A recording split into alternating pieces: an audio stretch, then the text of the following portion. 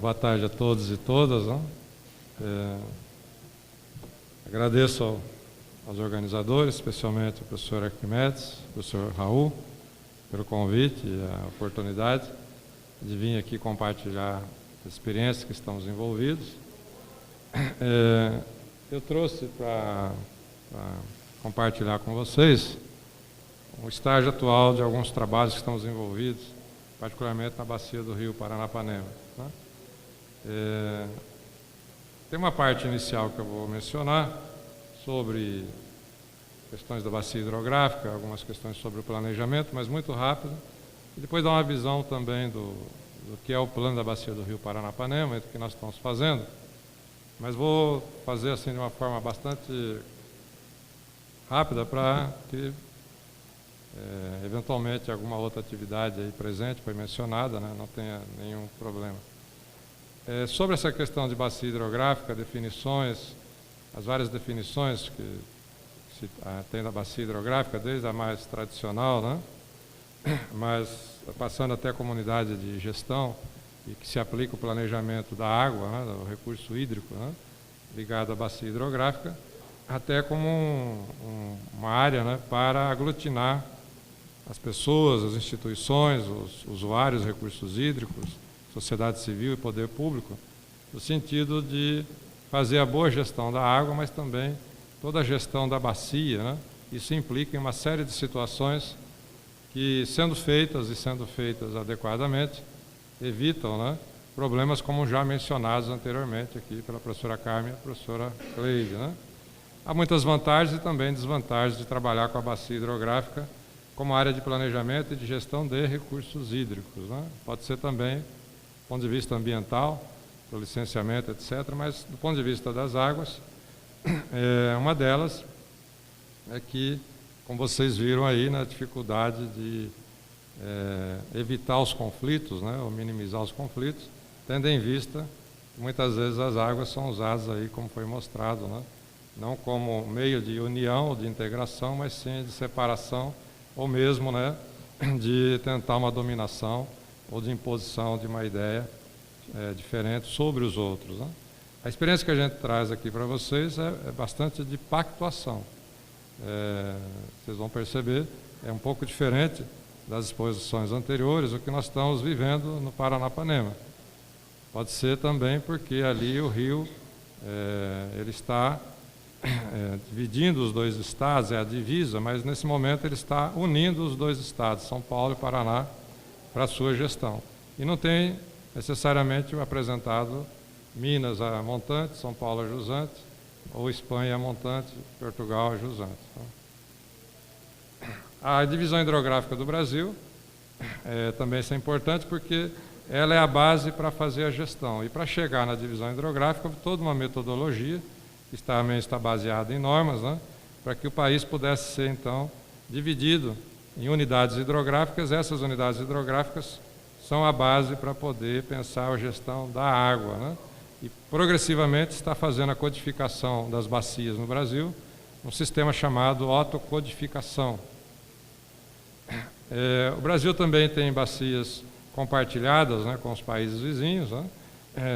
Claramente há dois sistemas, né? Um na região norte do país, que o país está a jusante, e aqui onde estamos, né, que estamos a montante dos outros países. Isso implica nas negociações, nos tratados.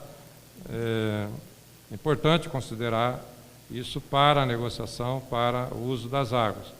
No nosso caso, aumenta muito a responsabilidade de uma boa gestão, porque as águas que aqui passam, né, vão para os países próximos. Né? E nós temos essa responsabilidade de ter águas em boas condições, em quantidade e qualidade, até porque o Rio Paraná, né, tem a hidrelétrica, que é a maior produtora mundial de energia, né? Embora hoje não seja a maior do mundo, mas é a que mais produz energia e abastece praticamente 20% do consumo brasileiro. Então, termos uma boa gestão da água na bacia do Rio Paraná é imprescindível até para termos energia. Né? E é também uma bacia altamente ocupada com hidrelétricas, como é a do Paranapanema, que tem 11 hidrelétricas. Né? A disponibilidade hídrica no Brasil é também bastante conhecida. Tem aí áreas com muita disponibilidade, né, considerando as águas disponíveis e a presença da população, mas vocês podem observar que nós temos, né, áreas com estresse hídrico, né, significativo do ponto de vista aqui, seja no semiárido, né, lá no Nordeste, seja ao longo de todo o estado de São Paulo, desde a Baixada, né, por conta da alta pressão, da alta demanda também de água. Então, em relação à população, em relação à disponibilidade de água, né, vejam que estamos também aqui, né, com uma alta concentração de população e a disponibilidade de água comparativamente menor em relação a outras regiões, particularmente a região norte, né.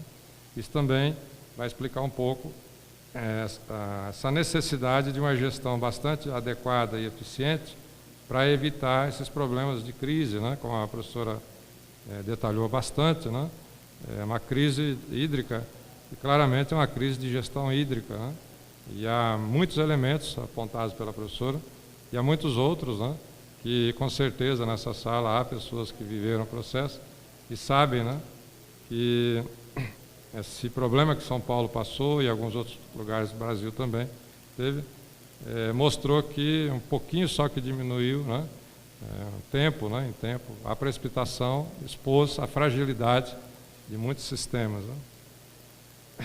Então nós temos que gerenciar a água para usos múltiplos, embora seja muito difícil garantir ao longo de todo o corpo hídrico os usos múltiplos, tem que sempre ter prioridades, né? E a prioridade no país é abastecimento humano e dessedentação animal, né? Há necessidade também de redefinir, a partir disso, os demais prioridades de uso, isso é um objeto do planejamento, e é uma das questões que vai nos ocupar na bacia do Paranapanema, né? E para pensar, então, a disponibilidade de água nas bacias, temos que pensar em vários temas, né? Sejam dos pontos de vista físicos, né? Físico, biológico, químico, né? Etc., mas também o uso da terra. Isso vai impactar e vai ajudar a definir, né, a qualidade da água que nós teremos disponível e também a sua qualidade. Porque não basta ter a água em quantidade se ela não tiver qualidade, né? Quando São Paulo teve problema de abastecimento relatado, o Rio Tietê tinha muita água, né? Nós chegamos até um dia fazer um trabalho de campo, entrar no Cantareira seco com o ônibus da universidade e na mesma tarde daquele dia eu praticamente pedi para os alunos não se aproximarem do Tietê em Salto de tanta água que tinha no rio. Então, em 2 pontos, 70, 100 quilômetros, um seco e o outro com muita água, né? Mostrando que há muitas questões envolvidas nessa crise, né? Então, para termos água, temos que ter a quantidade e a qualidade e, obviamente, controlar a demanda, né? Algumas definições rápidas, mas eu não vou me prolongar nessas definições, só dizendo que, para fazer a gestão integrada do recurso hídrico, nós temos que procurar integrar com os demais recursos, do solo e afins, tem que buscar o bem-estar econômico e social, buscar a sustentabilidade dos ecossistemas do meio ambiente e também construir cenários, né, cenário do ponto de vista da articulação, de vontade política, instituições sólidas, uma abordagem técnica, econômica, social e inclusiva. Há princípios fundamentais na legislação brasileira, baseado inclusive em várias reuniões e organismos internacionais, água como bem público, recurso estratégico e com valor econômico. Tudo isso também é questionável, principalmente essa questão do valor econômico, como sendo uma prioridade. A gestão deve ser integrada e sustentável, tem que ter participação social na tomada de decisões, e a experiência que a gente traz é uma experiência de muita participação. O papel do Estado na mediação dos conflitos, ou até para evitar os conflitos, e a bacia, comunidade, planejamento e gerenciamento para a água, né? Então, nós temos que ter aí, do ponto de vista da gestão dos recursos hídricos, né, integrar com a gestão dos sistemas estuarinos e zonas costeiras, né, articular com a gestão do uso do solo, e aí o papel das prefeituras é muito importante, com os planos setoriais, regionais, estaduais e nacionais. Temos que adequar a gestão às características e diversidades físicas, bióticas, demográficas, econômicas, sociais e culturais de cada região, também ressaltado na palestra do professor Lúcio, né? Um desafio muito grande, mas temos que vencê-lo, que é integrar com a gestão ambiental, principalmente no território brasileiro, né?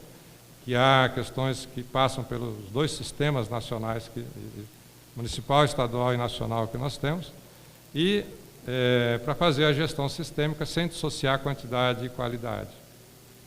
Mas gerenciar recurso hídrico, na perspectiva de gerenciá-los na bacia hidrográfica, né, temos que considerar os vínculos físicos entre a terra e a água superficial, subterrânea, os vínculos econômicos, né, a irrigação, produção de energia, e tem e pode gerar muitos conflitos, e também os vínculos sociais, né, entre manejo da água e as pessoas que são afetadas. Também uma outra questão importante na gestão da água no país é a gestão participativa, né? E aí uma das interpretações é buscar nessa gestão da água a participação democrática dos usuários, da sociedade civil organizada e outros agentes interessados.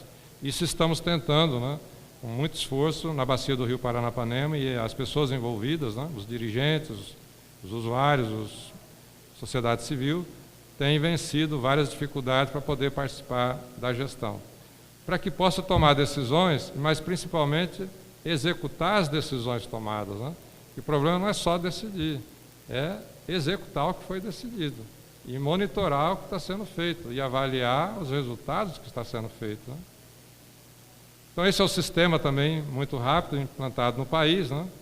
Que dá uma visão aí que nós temos o nível nacional, o nível estadual e o nível de bacias.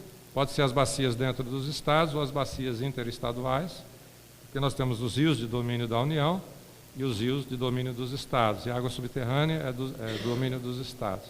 Aí tem o papel de cada uma dessas instâncias, né? Formulação de políticas, apoio aos colegiados e também a parte técnica e de regulação, né? Que é muito importante para a gestão dos recursos hídricos, a regulação, seja no uso, seja na geração de potenciais contaminantes. O sistema nacional está organizado no país e prioritariamente está implantado na faixa atlântica, né? Há um grande desafio de levar para praticamente mais da metade do território nacional implantar esse sistema de gestão participativa com os 3 segmentos envolvidos e com os percentuais, né, previstos em legislação para a composição dos comitês. E aqui, além do âmbito dos estados, né, nós temos os comitês interestaduais, que são compostos, então, por representantes dos estados que são abrangidos por essas bacias hidrográficas, também da União, e quando há representantes também de povos indígenas, né? Então, o trabalho que nós estamos fazendo é nessa área aqui. Estamos trabalhando já diretamente desde 2010, desde a fase dos primeiros estudos para montar o comitê, e agora estamos na fase de executar o plano, como eu vou mostrar para vocês rapidamente. Então, esse também é um desafio importante para o país. Expandir o sistema estadual nos estados para todo o território nacional e também as bacias compartilhadas estaduais, montar os sistemas e os comitês de bacias, e também do lado dos países vizinhos, compartilhados com os países vizinhos. A nossa legislação prevê vários instrumentos de gestão, como aqui estão apontados, né? E nós estamos em diferentes níveis de implantação no país e diferentes níveis dentro dos estados, né? Sobre isso há publicações anuais da Agência Nacional de Águas sobre a conjuntura dos recursos hídricos e dá esse panorama, né? Há também vários programas governamentais para alavancar a gestão dentro do país, não só do ponto de vista técnico, científico, mas também da formação de pessoas, né, para compor o sistema. O plano de recursos hídricos, então, que é o primeiro e é o principal, né, para fazer a gestão, ele tem uma definição baseada na legislação da Lei das Águas do Brasil, que é a 9433 de 97, né? São planos diretores para fundamentar e orientar a implementação da Política Nacional de Recursos Hídricos. Devem ser de longo prazo, e nós estamos trabalhando com planos de 20 anos, né, com atualizações a cada 5, revisão a cada 10 anos, né, e permitir a execução de programas e projetos que forem definidos nesses planos. E para sua elaboração, a legislação exige um processo de planejamento de forma participativa, descentralizada e democrática, né? Então, isso não é fácil, né? Ainda mais nos tempos que vivemos, né? Que a democracia acaba sendo ainda uma necessidade, né, de voltarmos a ter um ambiente democrático no país. O plano de recursos hídricos, então, ele é estratégico, né? E ele é o documento, o instrumento central para a gestão, porque a partir dele vai estabelecer diretrizes, né? Os fundamentos para poder articular os outros que também serão progressivamente implantados, né? Onde não estejam ainda. A outorga, que é também um instrumento dos mais importantes, a cobrança, que vai sendo implantada aos poucos, o enquadramento, né? Que é um desafio também grande para a gestão, porque envolve diretamente um controle maior do uso da terra e da água, obviamente, e os sistemas de informações.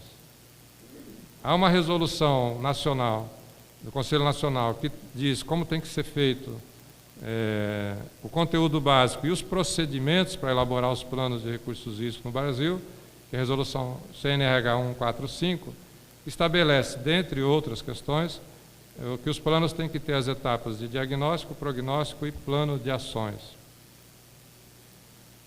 Aqui tem uma síntese, né, de uma forma geral. O diagnóstico é o rio que temos, o prognóstico, né, também é uma etapa dificílima de ser elaborada, porque nós tentamos adivinhar o futuro e é muito difícil, né? Então se tem que se basear em vários aspectos para tentar interpretar o que poderá estar acontecendo em 5, 10, 20 anos. O rio que queremos, né?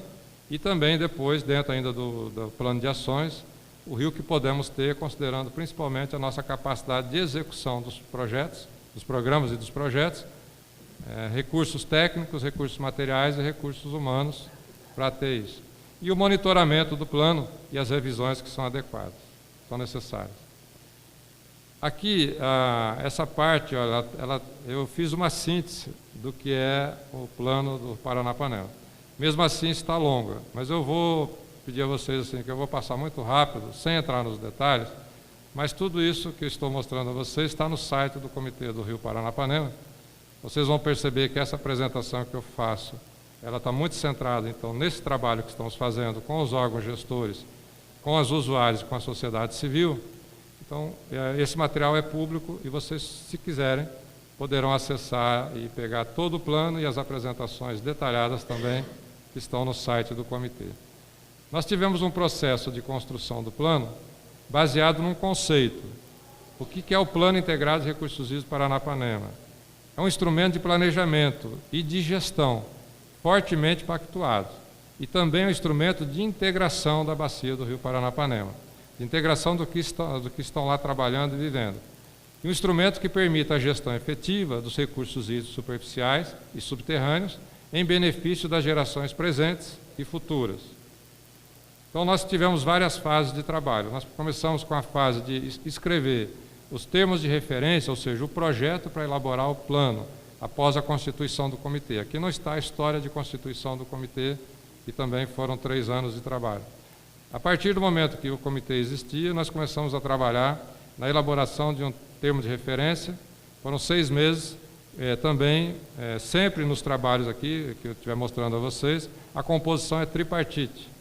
Sempre há representantes dos órgãos públicos, dos setores usuários e da sociedade civil. Então, em todas as etapas, nós temos um cuidado grande deste comitê em garantir essa participação. Então, após a elaboração dos termos de referência, passamos por uma fase ainda, né, de grupos de trabalho. E fizemos o levantamento do diagnóstico preliminar de toda a bacia, e foi quase 1 ano nesse trabalho, reunindo dados, informações, conhecimento disponível da bacia hidrográfica, para fazer o diagnóstico preliminar e escrever as notas técnicas. Foram 10 notas técnicas escritas. Por que isso foi feito? Para a gente poder ter um conjunto grande de informações dessa fase de diagnóstico, e na fase seguinte, que entraria a consultoria que foi contratada, a gente agilizar os trabalhos e poder dedicar mais tempo ao prognóstico e principalmente ao plano de ações, que tomou mais tempo. Porque também foi já identificado que se gasta muito esforço em fazendo nos planos, na parte de diagnóstico. Quando vai para o prognóstico, o esforço já é menor das equipes, e quando vai para o plano de ação, que é o que realmente tem que ser dado prioridade, as equipes estão cansadas, acabou o dinheiro, acabou o tempo, e aí, enfim, se faz coisas com menor qualidade. Então, no Paranapanema, houve esse cuidado, que foi uma orientação que veio dos órgãos gestores, e aí um papel forte desse trabalho é da Agência Nacional de Água, do São Paulo, DAE, e do Paraná, Águas Paraná. Bom, vou acelerar aqui. E aí, para a fase 3, então, já com uma consultoria contratada, e o nosso papel dentro do comitê foi o grupo de trabalho que acompanhava todo o trabalho junto com a ANA e o Comitê de Bacias. Nós passamos, então, uma fase de consolidar o diagnóstico, elaborar o prognóstico, fazer o plano de ações e ter produtos finais, que são esses: o plano, o resumo executivo, uma base de dados que vai ser disponibilizado para a gestão e para as pesquisas, e o manual operativo, que também é uma novidade desse plano, que é como colocar em prática toda a execução do plano. Tudo isso foi bastante trabalho, muitas reuniões e também muitos trabalhos de oficinas e eventos, como vou mostrar agora rapidamente. Esse é o grupo de trabalho composto, então, que eu mencionei para vocês. Eram 16 pessoas dos 2 estados e da União, mas era aberto a quem quisesse também acompanhar. E aí fizemos, então, muitas oficinas para fazer os trabalhos, né, os diagnósticos, usando várias metodologias, né, como identificar forças, fraquezas, ameaças e oportunidades, mapeamento ambiental participativo a partir do conhecimento dos participantes, sistematização disso tudo em mapas, né, um deles feito pela Letícia, que está aqui presente. Depois, pulando um pouco já para a fase de planejamento, nós fomos discutir cada programa e cada ação, né? Ação um pouco menos, mas principalmente os programas e subprogramas que deveriam ser prioritários para o planejamento e a gestão da bacia, e tudo isso também foi feito, então, várias oficinas ao longo de toda a bacia do Rio Paranapanema. E aí também há um cuidado grande, a diretoria do comitê sabe que para poder que o plano ter os resultados que precisa, tem que ter uma articulação política muito forte para ser executado. E o papel dos prefeitos é fundamental. É lógico que também entre os governadores, presidência da República, deputados, senadores, enfim. Mas os prefeitos têm um papel porque é lá no território do município, tem muitas coisas que precisam ser feitas e bem feitas para ter a qualidade da água. Então, foi feito o primeiro encontro de prefeitos, está planejado já o segundo para o segundo semestre, e também foi criado um seminário das instituições de ensino superior da bacia do Rio Paranapanema, reunindo as universidades, faculdades, institutos de pesquisa, etc., centro de pesquisa. Nós vamos fazer o outro provavelmente em outubro ou novembro desse ano. E aí o plano, então, foi feito com essa proposta, né? Toda uma parte de diagnóstico, como já mencionei rapidamente, o prognóstico, com essas, e depois uma parte bastante grande, né, que foi um foco de trabalho importante, que é o plano de ações, que passou por tudo isso, né? Diretrizes, arranjo institucional, recomendações, programas e ações e as articulações, e até a implementação. Aqui é um pouco da área, vou passar rapidamente. O uso da terra também foi feito o levantamento.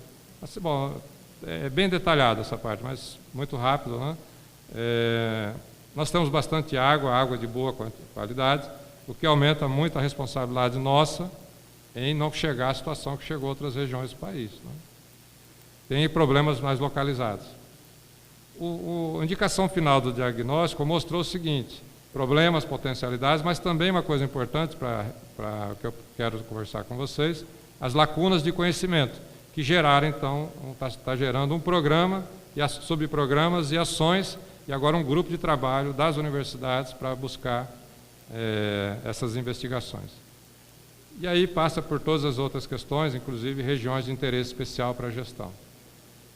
Foi considerados vários planos existentes, plano das bacias vizinhas, planos dos estados vizinhos, né, São Paulo, Paraná, e plano das bacias afluentes, porque essa é uma bacia compartilhada que dentro dela tem bacias dos 2 estados, né?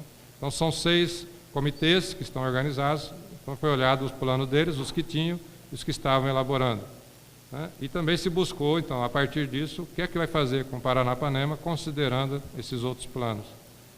Também se buscou olhar internamente o resultado da matriz SWOT e externamente. E aí foi dado um destaque especial para o Plano Diretor de Aproveitamento de Recursos Hídricos da Macrometrópole Paulista. Nós somos vizinhos dessa situação exposta anteriormente pela professora Cleide. Então, com certeza, já há projetos, já há ideias de se buscar água na bacia do Rio Paranapanema, e isso vai ter que ser, obviamente, discutido, compartilhado, né? Tomado decisões aí que estabeleçam pactos, né? E o Paranapanema deve ter uma boa gestão, inclusive, se precisar ter água para a região metropolitana de São Paulo, né? Que possa ser atendido dentro dos acordos que vierem a ser feitos, né? Com águas do Paranapanema. Foram estabelecidos cenários futuros, né? E aí toda uma metodologia foi utilizada, né? E nós trabalhamos com 3 cenários: tendencial, acelerado e estagnado do ponto de vista somente econômico. E se chegou, assim, no horizonte de 20 anos, saindo de 79 metros cúbicos por segundo de demanda até 232 metros cúbicos. Então, há previsões que podem aumentar muito. Mas uma possibilidade aí seria chegarmos aí próximo de 150, que seria praticamente o dobro em 20 anos. Então, para isso, o que é que nós vamos fazer? Essa possibilidade de acertar o futuro é mínima, né? Se trabalhou com uma estratégia robusta, ou seja, o que é que o comitê tem que fazer? O que é que os governos têm que fazer para que, independentemente, né, de quem venha a ocorrer, dos cenários políticos, econômicos, etc., não é tão independente, mas enfim, qual é a capacidade que nós temos, dentro do sistema de gestão, de fazer a nossa obrigação no sistema, que é fazer a gestão da água nas bacias hidrográficas. Então, se estabeleceu, tem que ter estratégias robustas que preparem o comitê e a região para aumento da disponibilidade hídrica, regulação sobre as demandas hídricas e regulação sobre as cargas poluidoras. Fundamentalmente, né, controlar aquilo que for possível, né, do território, porque a gente sabe que aí há muitos interesses e muitas as forças, mas também estabelecer, né, um foco muito forte no saneamento básico. Então, a partir disso, aí eu não vou passar os detalhes, mas, enfim, se estabeleceram macro diretrizes para a gestão estruturais, institucionais, de articulação e de implementação. Isso tudo está bastante detalhado até por Estado e país. Depois, o arranjo institucional. Como é que temos que estar organizados para poder executar essa gestão ao longo do tempo, no horizonte desse plano? Então, considerando a legislação, as bacias, os organismos, né, os órgãos executores, né, e se estabeleceram, então, diretrizes estratégicas para toda a bacia, para os estados que estão participando, diretrizes operacionais e também o possível arranjo institucional até chegar a uma agência de águas. Pois se estabeleceram também várias recomendações, o que é que tem que acontecer em cada esfera, né? Em cada setor de uso das águas também, seja na agropecuária, saneamento, indústria e geração. Então, para o setor público, quais são as recomendações? Para os usuários e para a sociedade civil.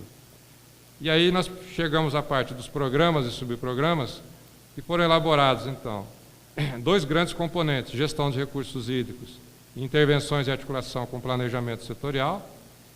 Nós concentramos um esforço muito grande no primeiro componente, porque é onde há a governabilidade, é onde os órgãos gestores, o comitê e aqueles que estão envolvidos têm maior poder de decisão. Não adianta a gente também fazer como muitos planos foram feitos, que estabelece uma série de coisas para os outros fazerem, com dinheiro que os outros têm que arrumar. Então, nós temos que ter as nossas responsabilidades, dizer sim o que precisa ser feito, mas concentrar naquilo que é a gestão via sistema de recursos hídricos. E aí foram estabelecidos, então, vários programas e os subprogramas. Eu não vou entrar nos detalhes, só permitir que vocês vejam. Na gestão dos recursos hídricos, um foco em instrumentos de gestão, um programa de fortalecimento institucional, um programa de monitoramento, um programa de planejamento, de gestão da oferta e também de estabelecimento de unidades especiais de gestão, onde com certeza há um papel grande da geografia e da geografia física em particular, né? E até doutorado já está sendo feito, né, para trabalhar nisso, e o comitê tem toda uma metodologia que está em execução para criar unidades especiais de gestão na bacia do Rio Paranapanema. Então, isso concentrou 6 programas, 20 subprogramas e 77 ações. O outro componente tem os programas de conservação ambiental, agropecuária, indústria, saneamento, educomunicação e produção do conhecimento. Por causa daquele, o diagnóstico apontava as lacunas, né? Esse tem todo um detalhamento também, 6 programas, 17 subprogramas e 46 ações, Eventualmente, pode ter algum detalhezinho aí na minha soma das ações. Só como um exemplo, sem entrar no detalhe, para cada programa, então foi estabelecido objetivos, orçamento, responsabilidades, etc. Para cada subprograma também, e depois o nível das ações. Por exemplo, aquele de unidade especial de gestão tem um subprograma para criar as UEGs e um subprograma para indicação de manejo delas. E quais são as ações que têm que ser feitas. Então, há um orçamento global do plano que envolve a parte setorial, que é principalmente de empresas de saneamento e de outros órgãos. Mas aquilo que é de gestão, diretamente, que o comitê vai trabalhar, e os órgãos gestores, ele tem um percentual menor. Por quê? Então, esse aqui que está concentrando o grande esforço dos que estão envolvidos. É como viabilizar a obtenção desses recursos para a gestão. Então, se pensou todo um roteiro de implementação, passando por uma análise pragmática da realidade política e institucional, considerando, inclusive, a situação atual, fluxograma para buscar a implementação, pontos fortes e pontos fracos do plano, ações para garantir visibilidade e as revisões, e também o gerenciamento. E se criou uma nova proposta pela Agência Nacional de Águas, chamada Manual Operativo, que nós estamos aprendendo agora como colocar em prática e como elaborar o manual para cada ação. Então, esses são os produtos principais. Não está aqui a base de dados, né? Mas o plano, o relatório executivo e o manual operativo, com algumas ações, não todas as 123. O modelo conceitual do manual operativo é baseado, então, em algumas questões prioritárias, seja enquadramento, alocação de água, e agenda para o comitê e órgãos gestores. Então, se vocês depois acessarem, vocês vão ver que ele tem todos os fluxogramas, até a nível de quem tem que tomar a medida, que medida, prazo, etc. Se criou, então, após a aprovação do plano, um grupo de acompanhamento, que começou a partir de março desse ano. O plano foi aprovado em outubro, lançado em novembro. Em fevereiro começaram as reuniões. Então, passamos agora à fase de trabalhar o acompanhamento do plano e terminamos, nesta quarta-feira passada, o levantamento das prioridades. Então, tudo aquilo que já foi feito, analisamos de novo, um grupo novamente com os 3 segmentos, né? Poder público, sociedade civil e usuários, as ações que vamos começar em 2017. E chegamos a 40. Temos que ter muito fôlego, né? E muita pactuação e muito apoio. E essas ações agora, o relatório vai nos próximos dias para uma Câmara de Trabalho, porque o GT ele é operacional, mas ele não é deliberativo. Então vai para as instâncias que vão tomar as decisões, até chegar à plenária do comitê, que vai dizer sim, são essas, porque foi proposto adiamento para começar em 2018 ou depois de outras ações inicialmente previstas para o curto prazo. Por exemplo, aqui eu queria ressaltar, dentro dessas ações, nós estamos fazendo pela universidade, nós temos um mestrado profissional em Geografia. Então, lá dentro do comitê, foi encaminhado para a Unesp um pedido para que analisasse esse programa, esses 2 programas, subprogramas e ações. Por exemplo, o que a universidade poderia ajudar a definir locais de instalação de novas estações de monitoramento de sedimentos? E como poderia fazer o inventário, identificar as áreas de preservação permanente, reservas legais, unidades de conservação e áreas de recargas de aquífero. Então, foi feito reuniões, né? Aqui está, né?